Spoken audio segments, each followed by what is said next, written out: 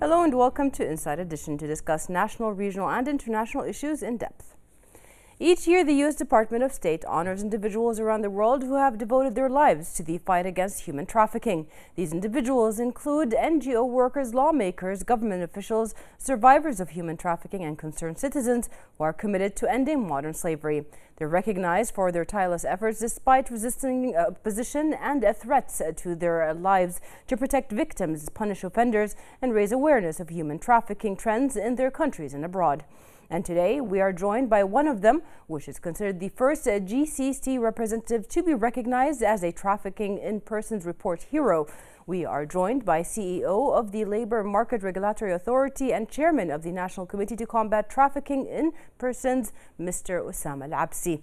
He was recently honored by the U.S. Secretary of State Michael Pompeo and Presidential Advisor Ivanka Trump during the launch of the U.S. State Department Report on Trafficking in Persons, the TIP 2018, on the achievement. Please join me in welcoming Advisor to the President, Ms. Ivanka Trump, as we present awards to the 2018 TRIP Heroes.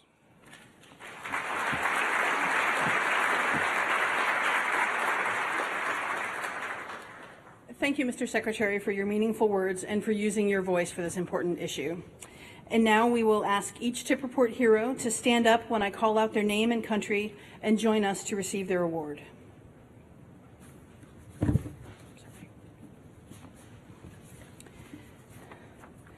Mr. Usama Apsley from Bahrain.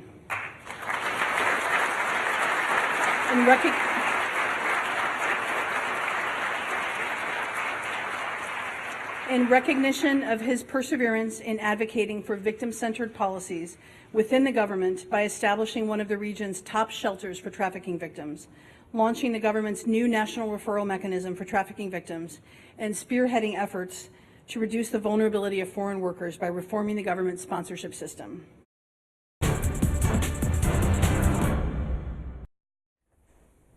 We welcome in the studio Mr. Usama Apsley. Thank you very much for joining us. Thank you for having me. We first would like to congratulate you on being the first GCC representative to be recognized and to honor us with this reward itself, Trafficking in Persons Report Hero. In this regard, can you tell us a little bit about this great achievement and how is such an award actually valued internationally and nationally?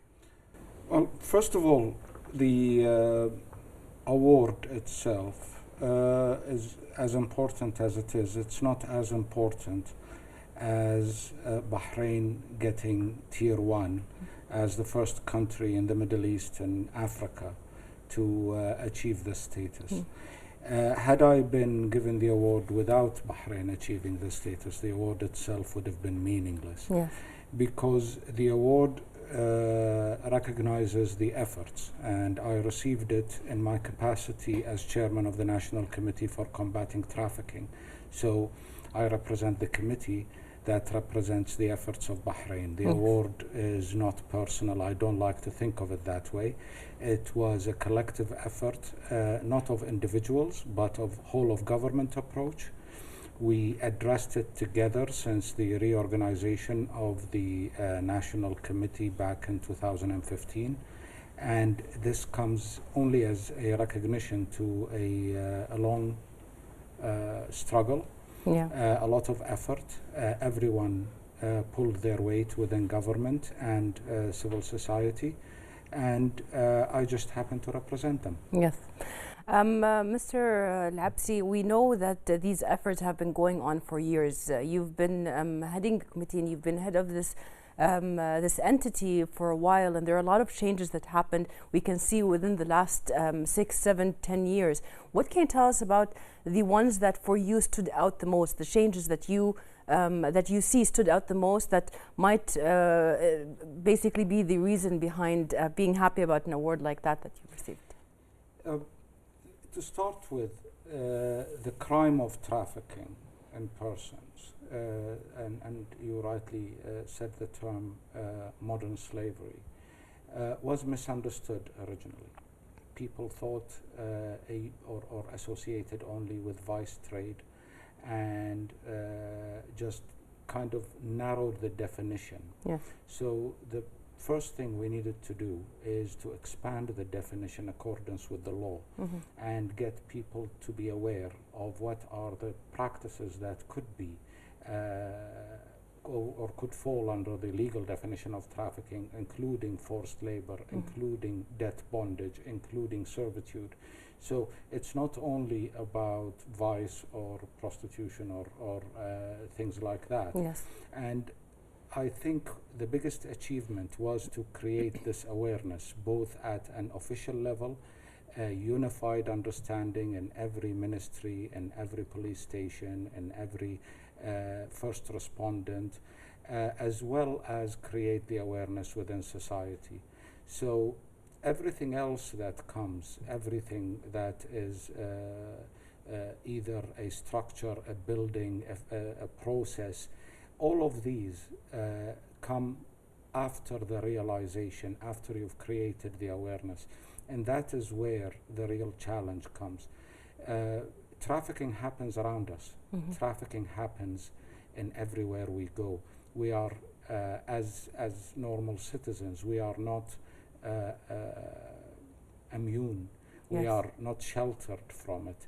We have to be able to recognize it when we see it. We have to know where to report it. And if we can, we have to do our part to stop it. The beginning of it all was to increase the awareness, expand the definition, and unify it, have it across the board as a single understanding. Yes. Everything else that we did, establishing shelters or creating hotlines or putting together mechanisms, all of those come as a result of this new understanding. Yes. So basically, what happened was people were made aware of what the actual definition of human trafficking is in its broad spectrum, because it does not, as you said, just confine itself to vice, but also to anybody who feels basically that they are being taken advantage of in their workplace when they come from their country and work in the countries, whether in the GCC or anywhere else. A global recognition like this award, and it is a global recognition, came as a result of so many procedures that were initiated and applied by the National Committee, as you said, to combat trafficking in persons. Can you tell us a little bit more about these initiatives? You told us that you have basically made them aware of the definition. What came after that? We needed to first know what the issues were. So one of our first things to do was to create channels for people to contact us. People, creating a hotline, for example, 7 languages, 24 hours, 7 days a week is not enough. We did that, but we realized that we needed to reach out to houses of worship, to social bodies, clubs, societies, schools. We needed to build bridges with the expat community at large, to tell them that we are here to help them if they need help. The embassies and dealing with them was very important. The houses of worship were very important. We started dealing with everyone, in addition to putting places like the shelter or the Expat Protection Center. The Expat Protection Center works 24/7 as an emergency room for anyone who needs assistance or protection. Again, the hotline. We receive information and we receive calls for assistance through many different channels, including social media, including our dealings with NGOs outside Bahrain, who gives us certain distress calls. But it is to create the channels first, to have people trust in these channels to come to you. Second came to create a unified mechanism. So we started working with the United Nations Office on Drugs and Crime and the International Organization for Migration to create a national referral mechanism. The national referral mechanism, when we started working on it and we launched it in February 2017, came as a result of us realizing the width and breadth of the issues we had to deal with. It's not always trafficking. Yeah. One of the best ways to deal with trafficking is to help the vulnerable before they are trafficked. There is a stage in the whole process where someone is vulnerable, and if not assisted or protected, then they would be trafficked. So the idea of prevention comes at that stage. The National Referral Mechanism is a system, both administrative as well as legal, that brings together everyone in the government and even outside government into play. So it takes care of how does a first respondent report it. The first respondent could be a police officer, could be a doctor in the ER room, could be a labor inspector, could be a priest in a church. True. Anyone who would come in contact, the first person that comes in contact with a potential victim. Then how do they document it? Where to go? When it comes to us, how do we inform the relevant authorities and follow up? Let me give you an example. When we first launched the National Referral Mechanism in February of 2017, in March we had a tip of a potential victim. The tip came through 2 countries into Bahrain. So it didn't come directly to us. The end-to-end process from receiving it till rescuing this person took 48 hours. And to me, at the time, it looked like a speedy process because it involves public prosecution, police, us, embassies, medical services, everyone. So 48 hours looks good. 11 months later, we had another tip. This year, earlier, first quarter of this year. And the end-to-end process took 90 minutes from receiving the tip till rescuing the person. So the National Referral Mechanism worked as choreographing, orchestrating, if you will, the efforts of everyone. And the more we practiced it, just like anything else, the better we became at it. This is one of my best achievements, or our best achievements. It's actually coming together as a single government, all different entities, understanding what the problem is and acting in sync. When you act in sync, you receive an email. It was just an email that was received by one of my staff. And 90 minutes later, that person is already safe in our shelter, being taken care of, as well as police and prosecutors doing their job in following the criminal. That is what I call an achievement. Everything else is superstructure. This is how the infrastructure administratively, legally works. You mentioned in the beginning a very important factor that goes in within this process, which is trust. Basically the fact that the people coming to Bahrain trust that the laws of Bahrain will protect them, that there are people like the people in the National Committee for Combating Trafficking that basically will take care of them if something happens. This is an entity that is there for the protection of the workers in Bahrain, as well as the people that live here that feel or might feel that they are going through the same thing. How does how far does trust go in your line of work? It's the most important thing. And trust is something that you earn, you don't demand. You don't give guarantees and get trust. You give actions. You actually follow through. You walk the talk. And then people start to trust you and believe in what you're doing. We needed to reach out. We needed to actually demonstrate. Let me give you an example. The hotline that we have, 995, is manned by 7 languages. It's available around the clock. In a span of 12 months, we received close to 2,000 calls, other than just inquiries, 2,000 real calls. But do we have 2,000 trafficking cases? No. The trafficking cases that resulted from that was less than 4%. But the rest were people who needed help on another level. Yeah. I don't know how to get this. I don't know. My employer says this. I have a problem. Where do I go? We receive them all. We take them all. We log them all in the national referral mechanism. And we help them, even though it's not trafficking. Sometimes help is just by telling a guy, you go to the Ministry of Justice and you file a labor dispute case to get your back wages. This is who you go to, this is the form, this is how it works, this is their working hours. And he actually goes to Ministry of Justice and he gets his back wages. But he actually remembers that the people who told him where to go was here. So next time he's in trouble, he's going to pick up the phone as well. Next time a friend is in trouble, he's going to tell him where he got the assistance. So we started creating the trust by not turning anyone. You know, we don't say, oh, this is not trafficking, go find your way somewhere else.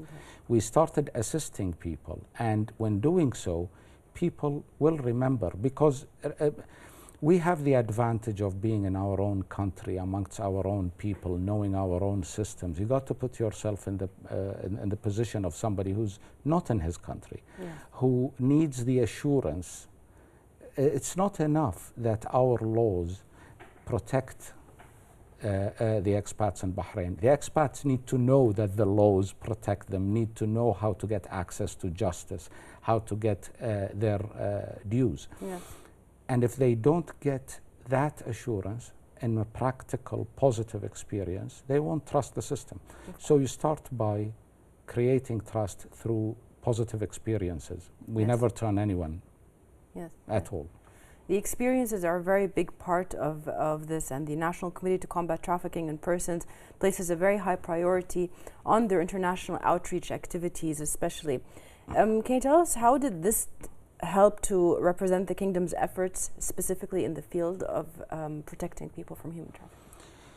The outreach internationally is more to reflect what we're doing with the sending countries.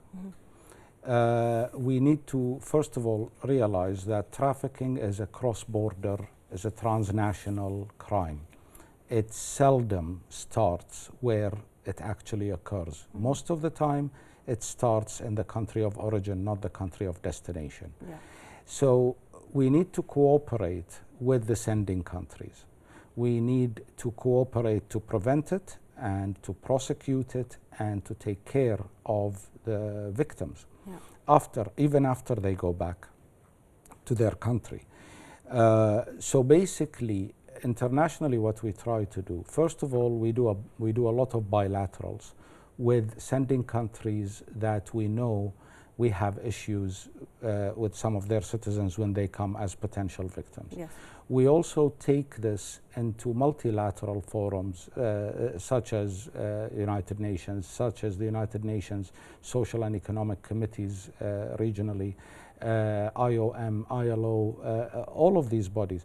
We need to bring it to the surface that we are there, that we're doing our part, but doing our part is not enough. They have to do their part as well, in sync with us, and we have to cooperate. Many things that we do, even after we rescue a victim over here, like recently we launched the Victims Assistance Fund. The Victims Assistance Fund was approved by the Cabinet earlier this year, and it was launched, and it is actually in force and working. What it does is that for verified victims, verified by the judiciary, of course, we give them a grant to help them restart their life when they go back home. If a judge requires that this person stays in Bahrain to follow up the prosecution and to testify in court, in addition to this grant, we give them an income while they are here based on a judge's request. First of all, this is extremely important to prosecute, because the psychology of victims is that they just want to get out. They don't want to testify, they don't want to relive the experience, they don't want to confront their assailant. So one of the best ways to prosecute is to help the victim help you. But after they have this grant and they go back home, what happens to them then? This is when we cooperate with their governments and we cooperate with NGOs. So they take them in, they help them start a life, maybe small business, help them rebuild. Yeah. It's very important for us. It's important that people don't come to Bahrain and for whatever reason leave feeling that they were not done justice. No. This fund that we give them is not compensation by the government. The compensation is by the person who actually, the criminal. Yeah. But what we are is recognizing that these people need assistance to start a life. And by using the fund, we help them help us prosecute. Yes, and stay in Bahrain to testify and take it to a fruitful end. So we don't do this alone. We do it with the help of international bodies, with existing experiences on how to care for victims once they've gone back, how to help them use the money that was given to them to restart a life and not fall back, because the cycle that got them into victimization could be repeated when once they go back and everything is reset, go back to their situation at home. Yes. Everything that we do it based on best practices internationally and in cooperation with the most competent of bodies that we can find around the world. Yes. Because, like I said, this is first of all a cross-border crime, this is transnational, and it's not something that we can combat in isolation of everybody else. The feelings of, or basically the situation that people that are victims of trafficking are very immense feelings of being let down. They want to get through a problem very quickly. If they are rescued at the end, as you said, they just want to go home. They just want to get it over with. It's basically shutting down in order not to hear the problem itself. But the fact that the fact that you basically, the National Committee follows up until they are back in their country and back on their feet and able to be part of the community again and the society, to work and to give and to take as is rightfully so, is also in great part an education on your part. You educate the people, the victims that come to you, and you also educate the society around them how to deal with them. How did you get to build this multidisciplinary team that helps these victims and also helps the society integrate them back into them? We work with international bodies that has representation in every country in the world. One of our big partners is the IOM, the International Organization for Migration. Yes. And they have branches not only in capitals but even in rural areas. Mm-hmm. And we seek their assistance. We involve the embassies and we involve them so that there is care taken of the victim once they land in their country. Sometimes the victims need to be relocated. Sometimes they are in danger if they go back to their own hometown because the criminal organizations that traffic them still operate over there. We work with them. Of course, we cannot operate outside the jurisdiction of Bahrain as a government entity, but we can cooperate through known existing apparatus such as the IOM, such as NGOs, and we tell them, we ask for their assistance. Mm-hmm. In many cases, we actually do see victims that are eager to get out, but not eager to go back home because they're afraid of what would happen to them. Yes. And we don't let them down because in this day and age, you can't leave somebody like that. Yeah. There exists mechanisms, and Bahrain is a member of an international community that is working together to assist them and to combat the crime. Yes. Following years of dedicated efforts in achieving, as you said, the Tier 1 status in the U.S. State Department of 2018 Trafficking in Persons Report, the TIP, this comes as an indicator of success. And other indication what are the other indications or procedures taken by the committee to assess its progress of work? I mean, you've reached this milestone. What comes next? The issue is reaching this milestone, reaching tier 1, puts a big burden on us, because very few countries, 15% of the countries around the world make it to tier 1, 85% of the countries don't. Yeah. So trying to get there was one thing, but staying there is another. But we look at it as an indicator. We don't. It's not the goal itself. It's an indicator that we are on the right track, yes, moving. We are far from it. There are so many things that needs to be done. We have the understanding now. We have the systems and mechanisms in place, and we can't just stop here. We have to go back and look at how we're approaching it. Forced labor is an issue that we have to deal with. Servitude through debt, and modern slavery. We need to involve more of society. I'm personally happy that the way we are, the interest that came in the last month after the announcement of the TIP report and Tier 1 and the interest, the societal interest that we received, allows us to build on this into creating more awareness. This is one end. We have to work on reaching more. We did a lot of outreach locally, yeah, but that's not enough. And the most important element is that trafficking is an evolving crime. It is a very old one. It's not a new one. It's centuries old, millennia even. But it evolves, it changes its form, it changes its practices. And we have to evolve with it. We have to update what we're doing. We have to keep on top of what is being done in the market. But most importantly is there is a segment of people who don't know that some of their practices could be defined as trafficking. okay. They look at it as everyday practice. They look at it as something that is, Yeah. everybody does it. Yeah. Well, we've seen that social media can have a very big effect on how trafficking in society is viewed, and whether a person is trafficked or not, or whether criminals themselves know that they're actually doing something wrong.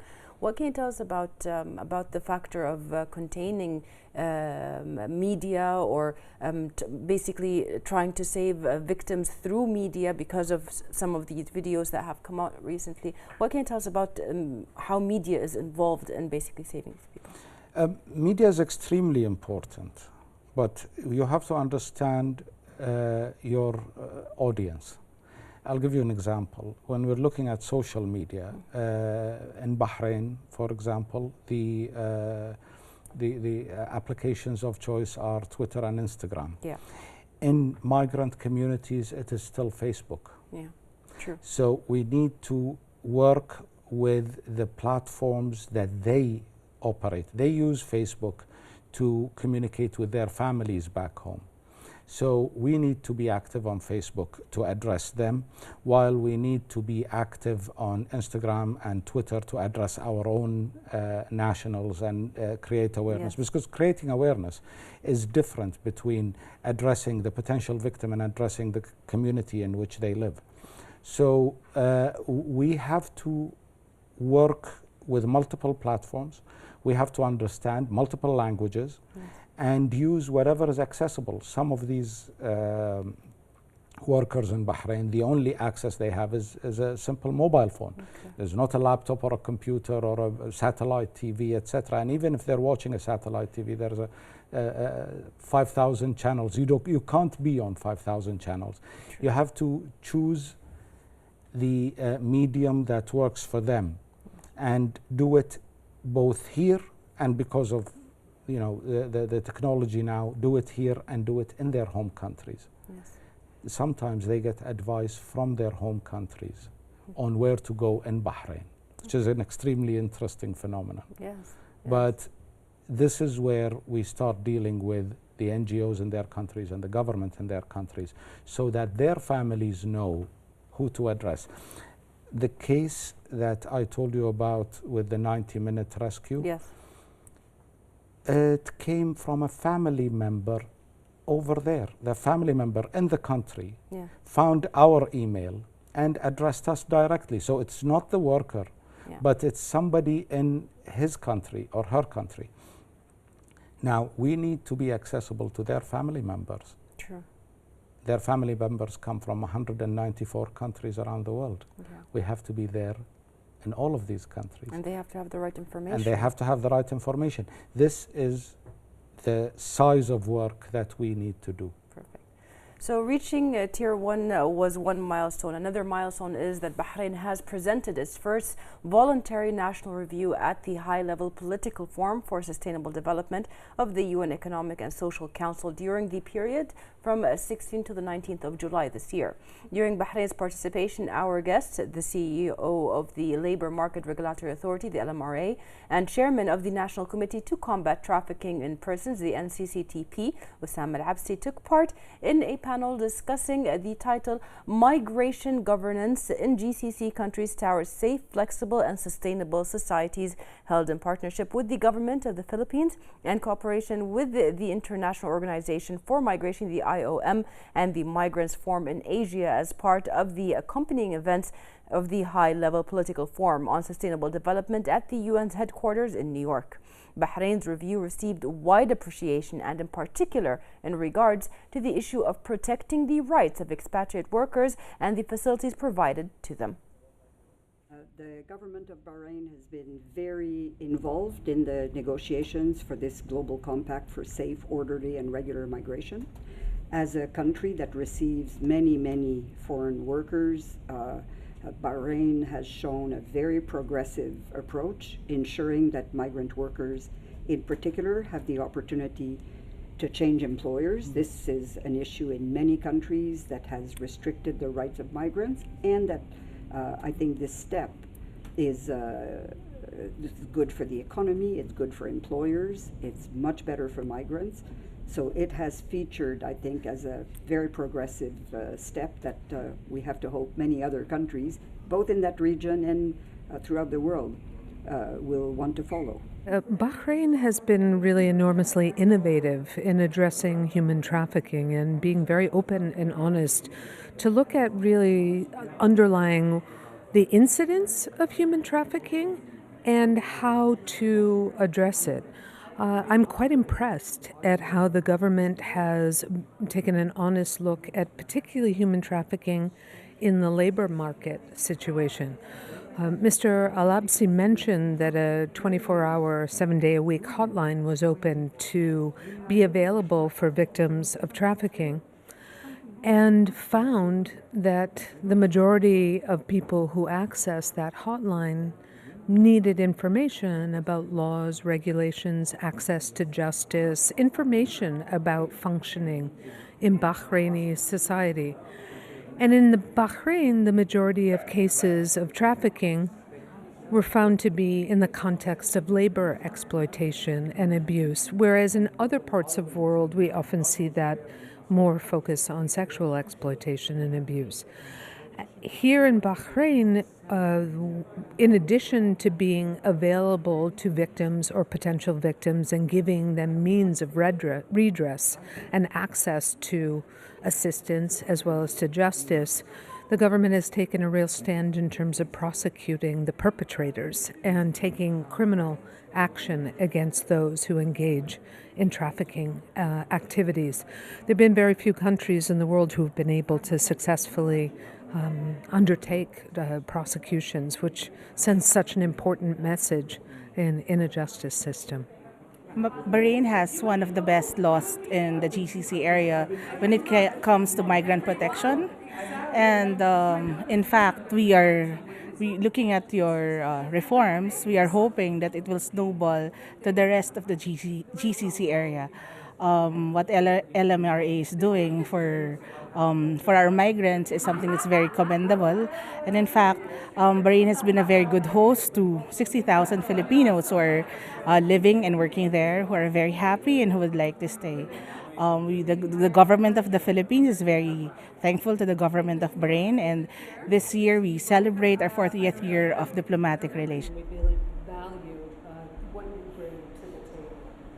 With that, all the structures that are in place.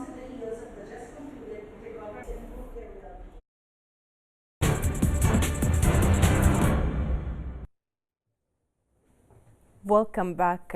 Now, during that panel, specifically the Migration Governance in GCC Countries Towards Safe, Flexible and Sustainable Societies, how did you perceive the reactions that you got during the panel? The panel itself, the concept of this side event was unique. We were discussing the Sustainable Development Goals. And the Sustainable Development Goals were launched a couple of years ago. Yes. Towards 2030, and it's all about having societies that are resilient, that are sustainable, and the theme is leaving no one behind. When we look at societies of the Gulf and Bahrain as an example, half of these societies are expats, migrants living over here. They are giving a valuable contribution to the economy, but not only the economy. They are parts of society. They live a life over here. They raise their children over here. They enrich the social and cultural scene with their presence. So you cannot look at the Sustainable Development Goals only from a national point of view, because you transcend national in a society like Bahrain, where you have everybody from all over the world. So what we decided to do is to have a side event that talks about migration management, but from the perspective of Sustainable Development Goals. How can you have sustainable development unless you have the protection, unless you have the access to justice, unless you have all the guarantees that are given to a national, given as well to the non-national living on this land. Yes. So we decided to do something that was very unique. It was not done before in the high-level political forum, which is to talk about migration, and not to talk about it from a national point of view, but as you've seen on the panel, there is a sending country like the Philippines, country of origin, a country of destination like Bahrain. There is the IOM, and the IOM is the United Nations Migration Agency. Yes. So they are the official body in the United Nations to look at issues of migration, as well as an NGO network. The Migrant Forum of Asia is not an NGO itself. It's a network of many NGOs coordinating their work together, and this is their director that you saw there. Sarah Lou Ariola. No, William Goyce. William Goyce, oh, okay. What we brought over there, I think, is a very interesting approach, that as a country, as a receiving country, we are willing to openly discuss and work with sending countries, with international bodies, with NGOs. We have nothing to hide, and we're willing to cooperate with everyone. Yeah. This sense of cooperation, sense of openness, and a collective, one of the most difficult things you could ever do sitting on the podium of such a forum and having everyone there is when you finish what you have to say and you open the floor for questions, because you need to have enough confidence in what you're doing to open yourself up to anyone in the audience, from an international body inside the United Nations that could come and attack you, that could come and criticize you. Yes.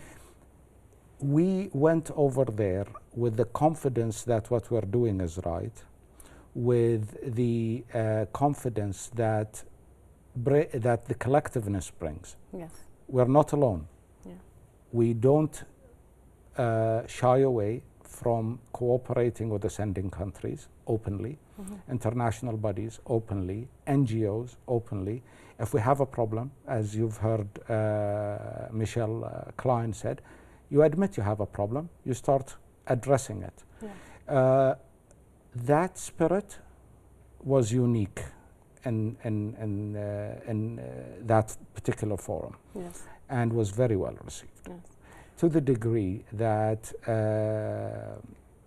that Louise Arbour, which you also saw, came to us and invited Bahrain to participate again in an upcoming event. They wanted us to repeat what we're doing because they thought it was very refreshing, and it's a productive approach. Yes. Exactly.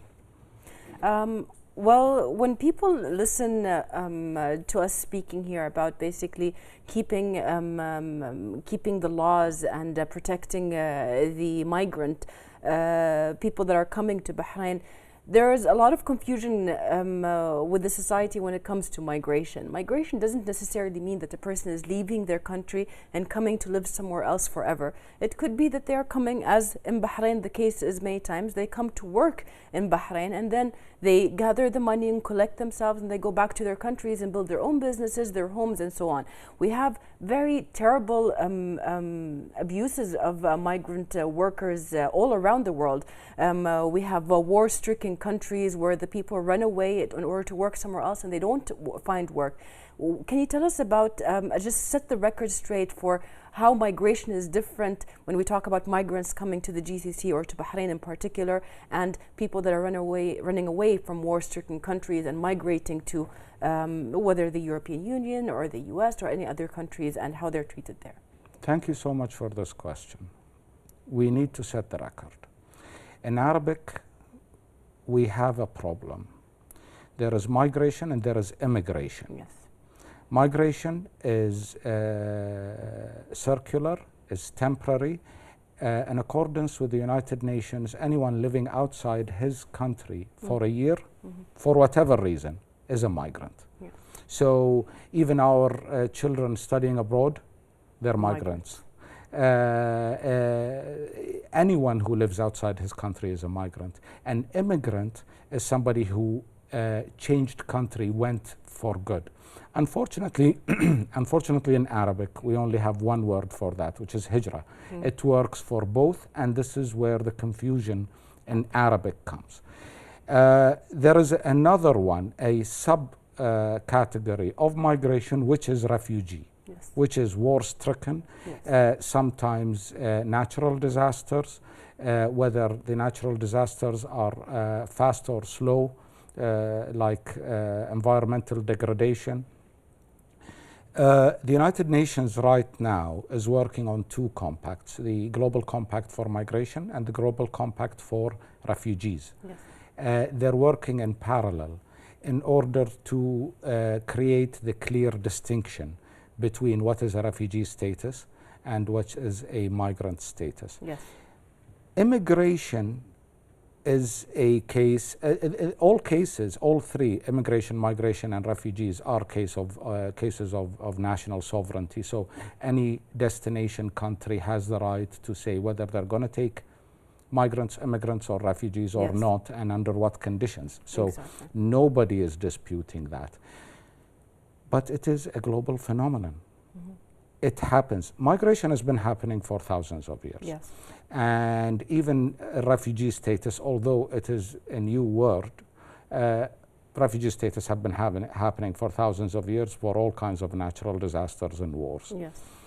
We have to be part of this world. We're thankful that, for example, for Bahrain, the region we are living in is a stable region. Yes. We don't have refugees, we don't have disaster induced migration or people moving. What we actually do have is a vibrant economic environment that offers opportunity for people to come and contribute to it as well as avail of it. Yes. But we should not shy away from the word. Yes. Migration is not a bad word. Okay. By definition, it is temporary. By definition, it is circular. By definition, it has a beginning and end. And if we address it as such, then we'll be joining the rest of the world who are discussing it and trying to guarantee certain rights for the for the countries of origin, countries of destination, and for the migrants themselves. Yeah. We have, the subject is very broad, and we have reached the end of our program, but very briefly, if you could just tell us about the LMRA works and their contributions in collaboration with the National Committee in this regard. What are the future plans and projects? At the LMRA, we believe that an organized and well regulated marketplace where people have equal standing, where people understand their rights and obligations, whether they are employer or employee, and where people have access to information and access to justice. The LMRA takes care of, manages, and regulates up to half the population of the country. Yes. And I say population instead of workforce, yes, because they live over here, they contribute to everything that we do in our lives, and they live their lives. And we need to address it as such. So the cooperation between the National Committee and the LMRA is so close that you don't know where one stops and the other begins. Yes. And this is how it needs to be done. So our inspectors, for example, are not only there to inspect the labor conditions or to inspect the legal status of workers, but they're also an access point for workers. They can be, the workers can actually ask for their assistance, for their protection. And this is when they start linking with the National Committee and the National Referral Mechanism. Thank you very much, Mr. Usama Apsley, for being with us today. And we would like to thank you for watching and see you next week in another episode of Inside Edition.